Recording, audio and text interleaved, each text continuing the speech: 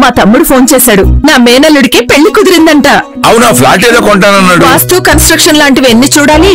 అంత ఈజీనా? ఇవన్నీ ఈజీ చేయడానికే కదా ఎంఆర్ కన్స్ట్రక్షన్స్ వాళ్ళు గుంటూరుకు 3 వైపులా 3 మంచి అపార్ట్మెంట్స్ నిర్మిస్తున్నారు. రామ్లో రాధాకృష్ణ, ఉజ్జనగూడలో యూవీ అర్బనైట్, తెనాలి రోడ్ లో కేవీ రెసిడెన్సీ. పక్కా వాస్తు, మంచి మెటీరియల్ వాడతారు. మేనేజ్మెంట్ బ్రహ్మాండంగా ఉంటుంది. 24 hours water supply, moreover time కి డెలివరీ.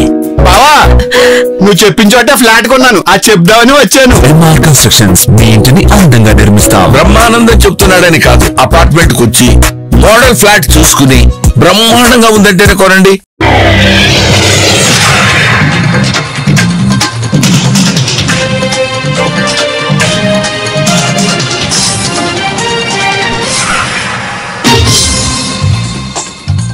నమస్కారం, సిటీ న్యూస్ తెలుగుకి స్వాగతం. ఈనాటి ముఖ్యాంశాలు. రంగుమారిన ధాన్యం పూర్తిగా కొనుగోలు చేస్తాం, రైతులు ఆందోళన చెందవద్దు, పెన్షన్ పంపిణీలో జాగ్రత్తలు తీసుకుంటాం, మంత్రి పార్థసారథి ప్రకటన.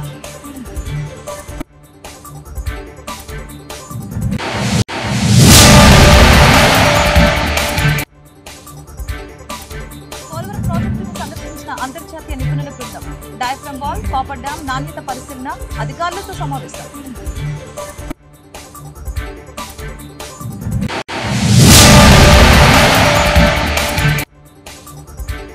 ఐటీడీపీ కార్యకర్తలపై పోలీసులకు ఫిర్యాదు చేసిన వైసీపీ నేతలు. పోలీసులు న్యాయం చేయనందునే కోర్టుని ఆశ్రయిస్తున్నట్లు అంబటి రాంబాబు వెల్లడి.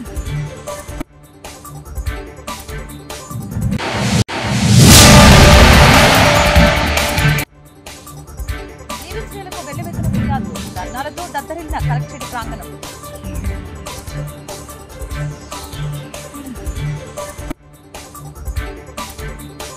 పింఛన్ పంపిణీలో అనేక జాగ్రత్తలు తీసుకుంటున్నట్లు రాష్ట్ర సమాచార శాఖ మంత్రి పార్థసారథి తెలిపారు. లబ్ధిదారులకు ఇబ్బందులు లేకుండా పింఛన్ అందించే బాధ్యత అధికారులదేనని చెప్పారు. అమరావతిలో ఆయన మీడియాతో మాట్లాడారు. ప్రభుత్వ పథకాల పంపిణీలో ప్రజలు సంతృప్తి వ్యక్తం చేశారని అన్నారు. అకాల వర్షాలు, పంట నష్టంపై సీఎం సమీక్ష నిర్వహించారని, కొన్ని చోట్ల ధాన్యం తడిసినట్లు కలెక్టర్లు సీఎం దృష్టికి తీసుకువెళ్లారని చెప్పారు. రంగుమారిన ధాన్యాన్ని కూడా కొనుగోలు చేయాలని సీఎం స్పష్టమైన ఆదేశాలు ఇచ్చారు. ఏ రైతు ఆందోళన చెందవలసిన అవసరం లేదు. ధాన్యం ఎలా ఉన్నా ప్రభుత్వమే వాటిని కొనుగోలు చేస్తుంది. రైతులకు ఎలాంటి ఇబ్బంది లేకుండా ప్రభుత్వం అన్ని రకాల చర్యలు తీసుకుంటుందని పార్థసారథి తెలిపారు. ప్రభుత్వం అందిస్తున్న అనేక సర్వీసెస్ లేతే పథకాలు అవన్నీ కూడా ప్రజలకి ఏ విధంగా అందుతున్నాయి,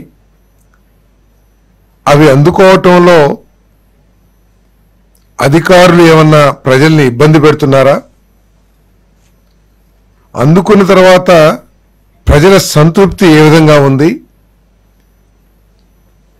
ఈ పథకాలు అందించటంలో ఏదైనా అవినీతి చోటు చేసుకుంటుందా అనే విషయాల మీద ఎక్కడ లేని విధంగా ఈ రాష్ట్రంలో కొన్ని వేల మంది లబ్ధిదారుల్ని ఇంటర్వ్యూ చేసి ఐవీఆర్ఎస్ ద్వారా కానివ్వండి వివిధ మార్గాల్లో కొన్ని రిపోర్ట్లు తీసుకోవడం జరిగిందని చెప్పేసి మనం చేస్తాను. నేను ఎన్టీఆర్ భరోసా పెన్షన్ ఇప్పుడు ఈ రివ్యూని పరిశీలించినట్లయితే ప్రతి నెల కూడా ఈ రివ్యూ మొదలుపెట్టిన తర్వాత ప్రభుత్వం ప్రతి నెల కూడా ప్రజల సంతృప్తి పెరుగుతూ ఉందని చెప్పేసి నేను మనవి చేస్తా ఉన్నాను. నేను ఉదాహరణకి ఎన్టీఆర్ భరోసా పెన్షన్ ఉంది, దానికి ఈ నెల పెన్షన్ పంపిణీలో పెన్షన్ అధికారి మీ దగ్గర డబ్బులు వసూలు చేశాడా, అదేవిధంగా ఈ నెల పెన్షన్ మీ ఇంటి వద్దనే పంపిణీ జరిగిందా,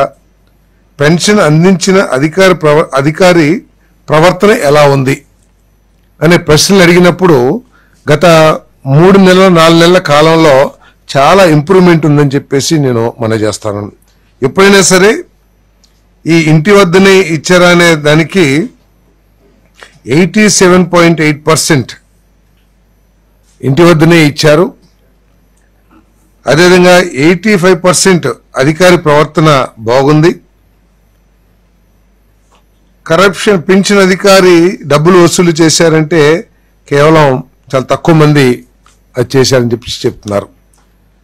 అధికారి ప్రవర్తన మీద అది కూడా ముఖ్యమంత్రి గారు రివ్యూ చేశారు ప్రవర్తన గురించి.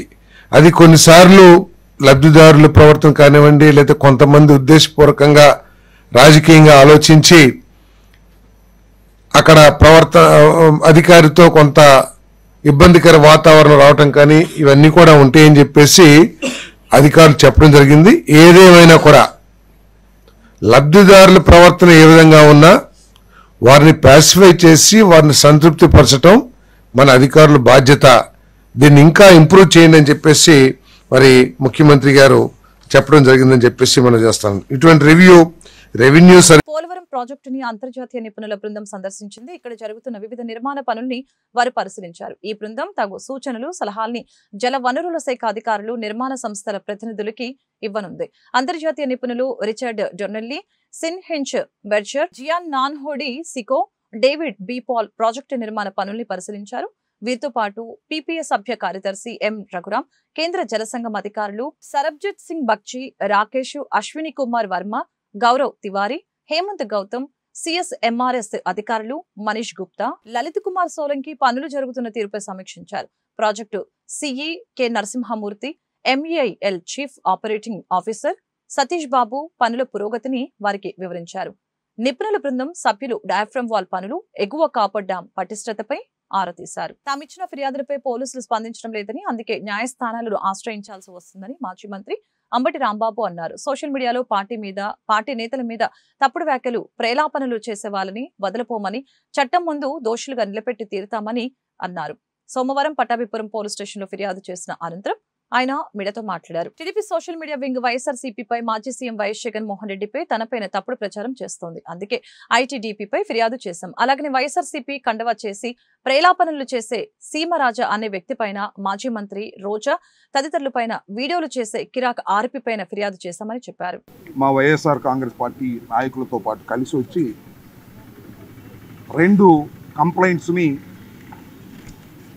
ఈ పట్టాపురం పోలీస్ స్టేషన్లో ఇవ్వటం జరిగింది. ఇది ప్రధానంగా సోషల్ మీడియాలో వైఎస్ఆర్ కాంగ్రెస్ పార్టీని, వైఎస్ఆర్ కాంగ్రెస్ పార్టీకి చెందినటువంటి నాయకుల్ని తీవ్ర అసభ్య పదజాలంతో, లోకేష్ గారి ప్రోద్బలంతో పోస్టులు, వీడియోలు పెట్టి మా గౌరవ ప్రతిష్టలకు భంగం కలిగే విధంగాను, సంఘంలో పార్టీలు మధ్యన చిచ్చు పెట్టే విధంగాను గత కొంతకాలంగా ఐటీడీపీ ఆధ్వర్యంలో జరుగుతున్నటువంటి సోషల్ మీడియాలో అరాచకాన్ని అడ్డుకునేందుకు ఒక ఉద్యమ రూపంలో వైఎస్ఆర్ కాంగ్రెస్ పార్టీ తరఫున మేము పనిచేస్తున్నామని ఈ సందర్భంగా చెప్పదలుచుకున్నాను. ముఖ్యంగా గతంలో 5 కంప్లైంట్స్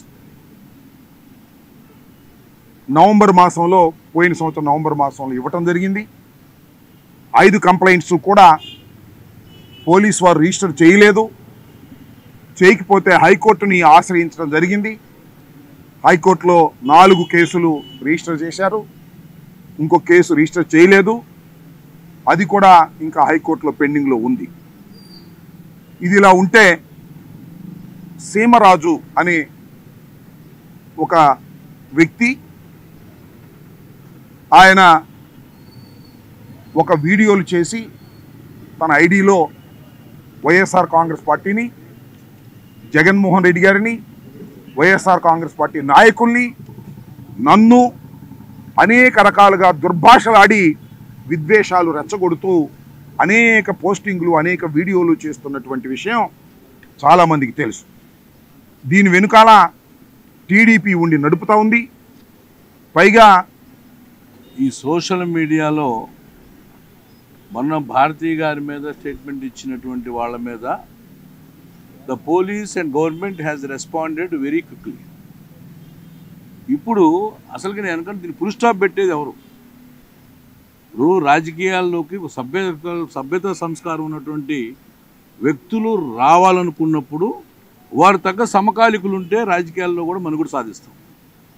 చీప్ పొలిటీషియన్స్ని అంబేద్కర్ ఒక మాట అంటాడు, ఈ press is in hand, weakest persons స్ట్రాంగెస్ట్గా మార్చవచ్చు అని. అంటే వాడి దగ్గర శక్తి ఉండదు, ప్రెస్ చేతిలో ఉండదు, వాళ్ళు వాడి నాయకుడిని చేసేస్తారు. అది ఎప్పుడు దాదాపు ఆల్మోస్ట్ 40 years బ్యాక్ అన్నమాట. నేను ఇప్పుడు I'm just recollecting and refreshing. అందుకని ప్రెస్ లేనటువంటి సమాజం రావాలి. ప్రెస్ ఎవరి చేతిలో ఉండకూడదు. సోషల్ మీడియా కూడా గవర్నమెంట్ ఉన్నప్పుడు ఏమన్నా తెలుగుదేశం రెచ్చిపోతాం, గవర్నమెంట్ లేనప్పుడు పీనిలాగా ఉంటాం అనేది కరెక్ట్ కాదు కదా. ఇప్పుడు రాంబాబు గారికి పర్సనల్గా జీవితంలోకి వెళ్ళేటువంటి ప్రెస్గా వ్యక్తులు వచ్చినప్పుడు అసలు ఇంకా రాజకీయాల్లో మంచోడు ఎవడొస్తాడు? అందుకని నేనంటుంది ఏంటంటే చంద్రబాబు నాయుడు గారు సీనియర్ మోస్ట్ నాయకుడు. కలెక్టర్ కార్యాలయంలో నిర్వహించిన గ్రీవెన్స్ డేకి ఫిర్యాదుదారులు పెద్ద సంఖ్యలో తరలివచ్చారు. Collector Nagalakshmi, joint collector Bhargav Teja, ఇతర అధికారులు ప్రజల వద్ద నుంచి ఫిర్యాదులు స్వీకరించారు. ఇందులో పింఛన్లు, రేషన్ కార్డులు, భూముల సర్వే, భూ ఆక్రమణలు, అధికారుల నిర్లక్ష్యంపై అధికంగా ఫిర్యాదులు అందాయి. ప్రజల నుంచి ఫిర్యాదుల్ని అధికారులు తక్షణమే పరిష్కారం చేయాలని సంబంధిత శాఖలకు ఆదేశాలు జారీ చేశారు. అదేవిధంగా గ్రీవెన్స్ లో ఫిర్యాదుల్ని అందజేసిన బాధితులు వారి సమస్యల్ని మీడియాకు వెల్లడించారు.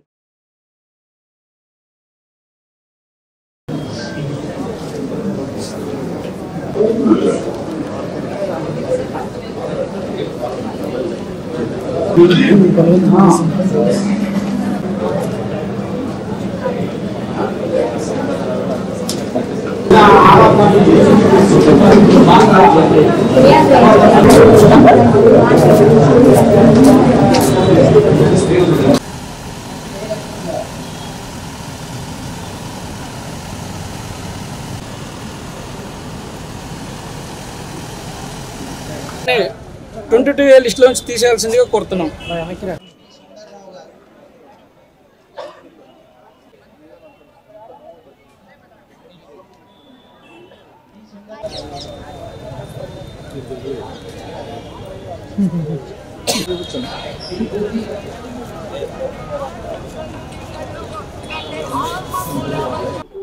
మాది పాత గుంటూరు సుద్దపల్లి డొంక ప్రాంతం. మా ప్రాంతం 998 సర్వే నెంబర్లో ఉంది. అయితే గతంలో 998 సర్వే నెంబర్లో ఒక 2 ఎకరాలు దేవస్థానంకి ఇవ్వడం జరిగింది. అయితే ఈ మధ్యకాలంలో ఈ 998 సర్వే నెంబర్ మొత్తం కూడా 11 ఎకరాల 49 సెంట్లు ఉంది. ఈ 11 ఎకరాల 49 సెంట్లు మొత్తం కూడా 22A లిస్టులో పెట్టారు. కాబట్టి మేము ఏంటంటే కలెక్టర్ గారిని అడుగుతా ఉన్నాం, ఏదైతే ఎన్విరాన్మెంట్ ల్యాండ్ ఉందో దాన్ని సబ్ డివిజన్ చేసి దాని కొలత నిర్ధారించి దాని బౌండరీస్ నిర్మించి మిగతా ఉన్నటువంటి ఎక్సెస్ ల్యాండ్ 9 ఎకరాల చిల్లర ఈ 9 ఎకరాలని 22A లిస్టులో నుంచి తీసేయాల్సిందిగా కోరుతా ఉన్నాం. దీనివల్ల ఏంటంటే గత 20 సంవత్సరాల నుంచి కూడా ఇబ్బంది పడతా ఉన్నాం. మా ప్రాంతంలో ఏదన్నా ఆడపిల్ల పెళ్లి చేయాలన్నా కానీ అక్కడికి వాళ్ళకి ఈ కట్నం రూపంలో ఇవ్వాలన్నా కానీ రిజిస్ట్రేషన్లు కాక చాలా ఇబ్బంది పడతా ఉన్నాం.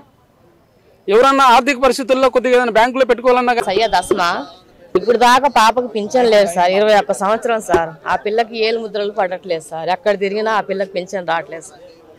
అది మా హస్బెండ్ కూడా లేరు సార్. ఆయన క్యాన్సర్ వచ్చి చనిపోయారు. నేను ఈ పాప కాడే ఉండి ఈ పాపను అన్ని చూసుకోవాలి సార్. చేద్దామమ్మా చేద్దాం. 5 నెలలు అయింది సార్. డిసెంబర్లో వచ్చాము, చేద్దామమ్మా అన్నారు. ఏం అవ్వలేదు సార్. మళ్ళీ ఇప్పుడు వచ్చాము సార్. నమస్తే అండి, నా పేరు గంగాధర్ రెడ్డి. నేను మల్లవరం గ్రామం నుంచి వచ్చాను. నా ప్రాబ్లం ఏంటంటే 8 సెంట్లు వైసీపీ నాయకుడు స్టేట్ మినరల్ డైరెక్టర్గా పనిచేశాడు. ఆయన ఆక్రమించాడండి. అప్పుడు కంప్లైంట్ చేశాను కలెక్టర్ గారికి. ఎంఆర్ఓ గారిని విజిట్ చేసి ఆ ల్యాండ్ని చూసి కొలతలు కొలిసి రాళ్ళేమన్నారండి. అప్పుడు ఎంఆర్ఓ గారితో కలిసి ఆయన వెళ్ళి ఎటువంటి చర్య తీసుకోలేదు. సరే టీడీపీ ప్రభుత్వం వచ్చిన తర్వాత నాకు జరిగిద్దని గ్రామ సర్వే జరుగుతుందని నేను గ్రామ సర్వేకి కంప్లైంట్ నోటీస్ పెట్టానండి. ఇది ఆయన సొంత ల్యాండ్ అండి, దగ్గరమల్కాజీ రెడ్డి ల్యాండ్ నాదేనండి, పక్కనే. అప్పుడు వీడియో కూడా తీసానండి, నేను తీసింది. ఆ వీడియో ఇప్పుడు నాకు మిస్ అయింది. అప్పుడు వీడియో నేను టీడీపీ వాళ్ళకి పంపిస్తే సోషల్ మీడియాలో దాన్ని చేస్తే కలెక్టర్ గారు వచ్చి చూసి ఎంఆర్ఓ గారిని పంపించారండి నా దగ్గర విజిట్. ఆయన వచ్చి చెక్ చేశాడు. పొలవండి మీరు అన్నారు. పోలీసు కళ్ళేయండి ల్యాండ్ అప్పు చెప్పండి అన్నారు. కానీ కలెక్టర్ గారు చెప్పి ఆయన ఎంఆర్ఓ గారు చెప్పినా కూడా ఎటువంటి రెస్పాన్సిబిలిటీ తీసుకోలేదండి. విలేజ్ సర్వేయర్ జీవో నెంబర్ 20ని సవరించాలని ఇంజనీర్లు కోరుతున్నారు. రాష్ట్ర ప్రభుత్వం నూతనంగా తీసుకువచ్చిన సెల్ఫ్ సర్టిఫికేషన్ స్కీమ్ పట్ల లైసెన్స్డ్ ఇంజనీర్స్ అసోసియేషన్ అభ్యంతరం వ్యక్తం చేసింది. ఈ మేరకు అసోసియేషన్ రాష్ట్ర అధ్యక్షులు సతీ రాంబాబు, ప్రధాన కార్యదర్శి మైనేని లక్ష్మణ్, టౌన్ చైర్మన్ పరమహంస, అధ్యక్షుడు బాలాజీ, ప్రధాన కార్యదర్శి సాయి సుధాకర్, గుంటూరు జిల్లా అధ్యక్షుడు సుధీర్, ప్రధాన కార్యదర్శి కృష్ణకాంత్, గుంటూరు టౌన్ ఖజానా వెంకటేశ్వరరావు సోమవారం గుంటూరులో మీడియాతో మాట్లాడారు. 300 చదరపు మీటర్ల లోపు స్థలానికి సంబంధించి భవన నిర్మాణ అనుమతుల విషయంలో ఏవైనా తప్పుడు జరిగితే తమని బాధ్యులను చేయటం సరైన విధానం కాదని తెలియజేశారు. లైసెన్స్డ్ ఇంజనీర్లు అందరూ ఆందోళనలో ఉన్నందువలన ప్రభుత్వం పునరాలోచన చేయాలని డిమాండ్ చేశారు. లేని పక్షంలో త్వరలో ఇంజనీర్లు సమైక్యంగా ఉద్యమం చేయక తప్పదని వారు హెచ్చరించారు. హామీ ఇచ్చారు, కాకపోతే జాప్యం జరుగుతుంది. దీనివలన ప్రభుత్వానికి ఆదాయం తగ్గుతుంది. మా ఎల్టీపీలు కూడా చాలా మంది ఈ రోజు ఎల్ఈఏ ఆఫీస్ గుంటూరులో ఏర్పాటు చేసిన మీడియా సమావేశానికి ఇచ్చేసినటువంటి మీడియా మిత్రులందరికీ కూడా నా ధన్యవాదాలు. అలాగే మీ మీడియా ద్వారా మన పురపాలక శాఖ మార్చులు శ్రీ నారాయణ గారికి ఈ మీడియా ద్వారా ధన్యవాదాలు తెలుపుకుంటున్నామండి. ఎందుకంటే మా వెల్ఫేర్ అసోసియేషన్కి ఆయన స్టేక్ హోల్డర్స్ మీటింగ్కి మాకు అనుమతి ఇవ్వడం జరిగింది. నా పేరు Rambabu, state president, welfare association off licence taking person of Andhra Pradesh. So ఇటీవల కాలంలో అంటే ఫిబ్రవరి 4, 2025 GOMS 20 రిలీజ్ చేయడం జరిగింది. ఆ GOMS 20లో SES స్కీమ్ అనేది ఏర్పాటు చేయడం జరిగింది. SES స్కీమ్ అంటే సెల్ఫ్ సర్టిఫికేషన్ స్కీమ్. దానిలో ముఖ్య ఉద్దేశం ఏంటంటే భవన నిర్మాణాలకు అనుమతులు స్పీడ్గా ఇవ్వడానికి, ప్రజలకు అందుబాటులో, అంటే ప్రజలందరూ కూడా ఇబ్బంది పడుతున్నారు, మున్సిపల్ కార్యాలయాలు తిరిగి ఈ అనుమతులకి లేట్ అవుతుందని చెప్పేసి ముఖ్య ఉద్దేశంతో ప్రభుత్వం వారు ప్రజల కోసం ఈ స్కీమ్ని ఏర్పాటు చేయడం జరిగింది. అయితే ఈ స్కీమ్లో కొన్ని ఇబ్బందులు ఉన్నాయండి. ఆ ఇబ్బందుల వల్ల ఈ రోజున ప్రభుత్వానికి ఆదాయం తగ్గింది. ఈరోజు నా పేరు Laxman Maineni, YLTPAP general secretary అండి. ఈ రాష్ట్ర స్థాయి సంఘం ఈరోజు గుంటూరు LA ఆఫీస్లో ఏర్పాటు చేసి మీడియా సమావేశం ద్వారా మీకు చెప్పేది ఏంటంటే ఈ SES స్కీమ్ 2025 అనేది చాలా అద్భుతమైన స్కీమ్ LTPలకి. కాకపోతే దానిలో గవర్నమెంట్కి రాష్ట్ర వ్యాప్తంగా LTPల నుంచి సేకరించిన దాన్ని మేము తెలియజేసుకునేది ఏంటంటే చాలామంది ప్రజలు రాష్ట్రంలో 300 స్క్వేర్ మీటర్స్ బిలో ఇల్లు కట్టుకునే వాళ్ళు ఉన్నారు. వాళ్ళు వాస్తు ప్రకారం అవ్వచ్చు, దాదాపు వాళ్ళకున్న చిన్న సైట్లలో వాళ్ళు డీవియేషన్ లేకుండా కట్టుకోవడానికి అలవాటు పడటానికి చాలా కష్టమైపోతుంది. మా దగ్గరికి వచ్చిన ప్రతి క్లయింట్కి రాష్ట్ర వ్యాప్తంగా ఉన్న మా LTPలందరూ కూడా ఈ కొత్త స్కీమ్ వచ్చిందండి, దీనిలో గవర్నమెంట్ రూల్స్ ఇలా ఉన్నాయి, డీవియేషన్ లేకుండా కట్టుకోవాలి మీరు అని చెప్పేసి చెప్తున్నప్పుడు వాళ్ళు అనుకుంటున్న వాస్తు కానీ వాళ్ళకున్న స్థల ప్రభావం వల్ల కానీ ఆ స్కీమ్ని మేము ఎంత వివరంగా చెప్పినా కూడా వాళ్ళు అక్కడికి వెళ్ళి దానిలో మొబైల్ అప్లికేషన్స్ రావడానికి మొబైలైజేషన్ అవ్వట్లేదు. వాళ్ళు ఇప్పుడు స్వతంత్రం వచ్చిన తర్వాత నుండి ఇప్పటి వరకు 300 చదరపు మీటర్ల కంటే తక్కువ వయసు ఉన్న స్థలాలు భవనాలను డీవియేషన్ లేకుండా నిర్మించడం ఎవరి వల్ల కాదు ఇంతవరకు. ఇది మా వల్ల కానీ స్థానిక సంస్థ అధికారుల వల్ల కానీ సాధ్యం కాలేదు. ఈ నేపథ్యంలో SES 2025 GOMS నెంబర్ 20 నిబంధనలు అమలు చేయడంలో డీవియేషన్లు నిరోధించడం సవాల్గా మారింది. కావున ఈ నిబంధనలు సడలించాలని లేదా పూర్తిగా తొలగించాలని మేము డిమాండ్ చేస్తాం. గుంటూరు ప్రెసిడెంట్ అండి. యాక్చువల్గా ఈ SES 2025 అనేది మా LTPలకి చాలా అద్భుతమైన అవకాశం. కానీ ఇందులో చిన్న మోడిఫికేషన్స్ కావాలని మేము కోరుకుంటున్నాం. ఈ మోడిఫికేషన్స్ చేయడానికి మన మినిస్టర్ గారు కూడా కొంత యాక్సెప్టెన్సీతో ఉన్నారు, కాబట్టి కొంచెం డిలే అవుతుంది. ఈ డిలేలో మా అసోసియేషన్లో చాలా గందరగోళ పరిస్థితి ఏర్పడింది. మేము అడిగిన ఈ చిన్న అమెండ్మెంట్స్ చేస్తే మా LTPల వ్యవస్థ అనేది చాలా సక్రమంగా గవర్నమెంట్కి ప్రజలకి మధ్యలో సంధానం చేయగలమని నేను అనుకుంటున్నాను. యాక్చువల్గా SES 2025లో అనుమతులు ఇచ్చే అధికారం LTPలకి ఇచ్చారండి. ఈ అధికారం ఎప్పుడు స్టార్ట్ అవుతుందంటే అప్లికేషన్ పెట్టిన తర్వాత మేము అనుమతి ఇస్తాము. అనుమతి ఇచ్చిన తర్వాత కూడా ఈ LTPలే గ్రౌండ్కి వెళ్ళి సైట్కి వెళ్ళి ప్లింత్ లెవెల్లో రాష్ట్రంలో కనీస వేతనాల బోర్డును ఏర్పాటు చేయాలని AITUC రాష్ట్ర గౌరవ అధ్యక్షులు వెలుగురి రాధాకృష్ణమూర్తి డిమాండ్ చేశారు. సోమవారం గుంటూరు కలెక్టరేట్ వద్ద CITU నేతలు ధర్నా చేశారు. కనీస వేతనాన్ని 35 రూపాయలు ఇవ్వాలని, ఆ దిశగా ప్రభుత్వం ఆలోచన చేయాలని చెప్పారు. ఈ కార్యక్రమంలో హనుమంతరావు, మాల్యాద్రి, అరుణ్, చైతన్య తదితరులు పాల్గొన్నారు.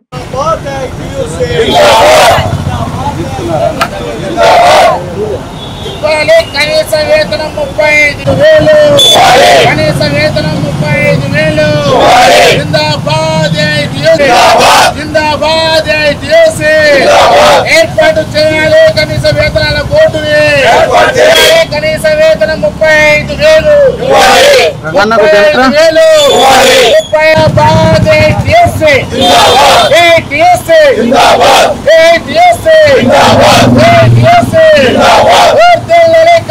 దేశవ్యాప్తంగా ఏఐటీయూసీ ఆధ్వర్యంలో అన్ని కలెక్టర్ కార్యాలయాల దగ్గర ఈ ధర్నాలు జరుగుతూ ఉన్నాయి. కనీస వేతనం 35,000 ఇవ్వాలని చెప్పి డిమాండ్ చేస్తూ ఈ ధర్నాలు జరుగుతూ ఉన్నాయి. అంతేకాకుండా అనేక రాష్ట్రాల్లో, ప్రత్యేకించి మన రాష్ట్రంలో కనీస వేతనాలను నిర్ణయం చేసేటువంటి సలహా మండలి 10-12 సంవత్సరాలుగా లేదు, నియమించడం లేదు. దాన్ని తక్షణమే కనీస వేతన మండలిని నియమించాలని చెప్పి డిమాండ్ చేస్తున్నాం. అదేవిధంగా అనేక సంవత్సరాల తరబడి, నెలల తరబడి కార్మికులకి కొన్ని వేల మందికి, లక్షల మందికి 10 నెలలు, 15 నెలలు జీతాలు ఇవ్వకుండా బకాయిలు పెట్టారు. ఆ జీతాలు, ఆ ఇచ్చేటువంటి తక్కువ జీతాలు కూడా ఇవ్వకుండా బకాయిలు పెడితే కార్మికులు ఎట్లా బతకాలని చెప్పి ప్రశ్నిస్తున్నాం. తక్షణమే ఆ బకాయిలన్నింటినీ, వేతన బకాయిలు విడుదల చేయాలి. అంతేకాకుండా ఈ వేతనాలని ప్రతి నెల 1వ తేదీన, 2వ తేదీన ఇప్పించడానికి, ఒక భరోసా కల్పించడానికి కార్మిక శాఖ యంత్రాంగాన్ని పటిష్టవంతం గావించాలి. కనీస వేతనాలను అమలు జరపనటువంటి యాజమాన్యాల మీద కఠినమైనటువంటి చర్యలు తీసుకోవాలని చెప్పి డిమాండ్ చేస్తున్నాం. మొత్తం ఈ 35,000 కనీస వేతనాన్ని నిర్ణయించేటువంటి సందర్భంలో పెరుగుతున్నటువంటి ధరలు, పెరుగుతున్నటువంటి బట్టల ధరలు, అద్దెలు, అలాగే అవసరాలు, టీ, కాఫీ లాంటి అవసరాలు, అంతేకాకుండా సాంకేతిక పరిజ్ఞానం పెరిగినటువంటి నేపథ్యంలో వాటికి సంబంధించినటువంటివి, అదే విధంగా కుటుంబం అనేటువంటి నిర్వచనం మార్చి తల్లిదండ్రులను కూడా కుటుంబంలో చేర్చి 6గురికి అయ్యే ఖర్చుని దీనిలో కలిపి, ఆ విధంగా వీటన్నిటినీ కలిపి 35,000 కనీస వేతనం ఉండాలని చెప్పి మేము డిమాండ్ చేస్తున్నాం.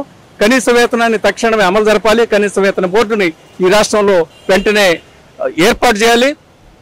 ప్రతి నెల జీతాలు ఇచ్చేటువంటి భరోసా కల్పించాలి. సమస్యల పరిష్కారం కోరుతూ Andhra Pradesh mid level health provider community health officers association నిరవధిక సమ్మె ప్రారంభించింది. ఇందులో భాగంగా సోమవారం కలెక్టరేట్ వద్ద ధర్నా నిర్వహించి నిరసన వ్యక్తం చేశారు. ఆయుష్మాన్ భారత్ నిబంధనల ప్రకారం ఉద్యోగ భద్రత, ఈపీఎఫ్ పునరుద్ధరణ, నిర్దిష్ట జాబ్ ఛార్జ్ విడుదల చేయాలని ఏపీఎంసీఏ జిల్లా ఉపాధ్యక్షురాలు వనచ డిమాండ్ చేశారు. సమస్యల పరిష్కారంలో నిర్లక్ష్యంగా వ్యవహరిస్తే ఆందోళన కొనసాగిస్తామని స్పష్టం చేశారు.